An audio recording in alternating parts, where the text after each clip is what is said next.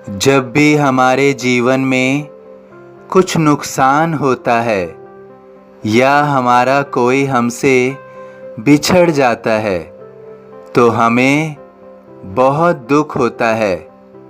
हमें महसूस होता है कि हमारे जीवन में यह सबसे बड़ा नुकसान है। इसकी क्षतिपूर्ति कभी भी नहीं हो सकती। या हम जीवन में कुछ करना चाहते हैं और वह नहीं हो पाता है तो हमें महसूस होता है कि हमें जीवन में अगर यह नहीं मिलेगा तो हमें बहुत बड़ा नुकसान होगा। हम अपने जीवन में बहुत कुछ नहीं कर पाएंगे। लेकिन ऐसा अवश्य नहीं है कि जब हमारे जीवन में कुछ अगर ना हो रहा हो तो वह हमारे लिए बहुत बड़ा नुकसान हो। वास्तव में ऐसा भी हो सकता है कि वह हमारे लिए बिल्कुल भी नुकसानदायक ना हो। कई बार हमारे जीवन में जो मुमकिन नहीं हो पा रहा है या जो हमसे अलग हो गया है तो निश्चित रूप से ऐसा भी हो सकता है कि हमें उससे आज़ादी मिल रही हो, हमें उससे स्वतंत्रता मिल रही हो।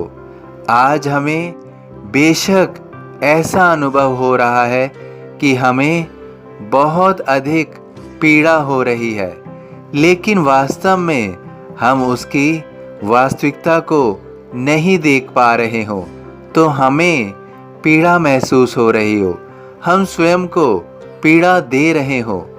लेकिन जब सही समय आता है और हमें उसकी वास्तविकता समझ में आती है तो हमें समझ आ जाता है कि वास्तव में उसका हमसे अलग होना ही सही था। उस वस्तु का हमारे जीवन से जाना ही सही था। हमें उसे प्राप्त ना करना ही सही था। इसलिए हमें उसे सदैव नुकसान नहीं समझना चाहिए। और कई बार ऐसा भी होता है जब हमें कुछ नहीं मिल रहा होता है तो वास्तव में उसके मिलने का समय वह नहीं होता है, उसके मिलने का समय दूसरा होता है। या हमें उस कार्य को करने के लिए उस समय जो मौका मिला वो उचित नहीं था और बाद में जब दूसरा मौका मिलता है तो वह हमारे लिए उचित होता है।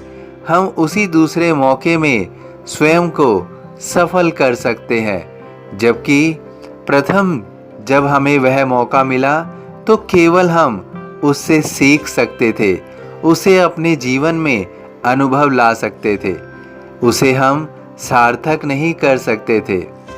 और कई बार ऐसा भी होता है जब हमें कोई वस्तु ना मिल रही हो या कोई चीज़ हमारी सार्थक ना हो रही हो तो ईश्वर हमें सही मार्ग दिखा रहे हो, ईश्वर हमें अपना आशीर्वाद दे रहे हो।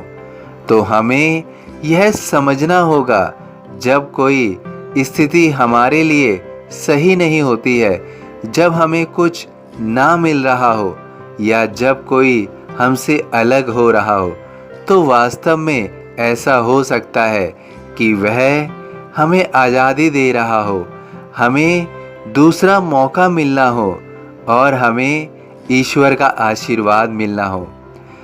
तुम हमेशा मेरे पर भरोसा रखो, मुझ पर विश्वास रखो और धैर्य रखो। मैं कभी भी तुम्हारे साथ गलत नहीं होने दूंगा।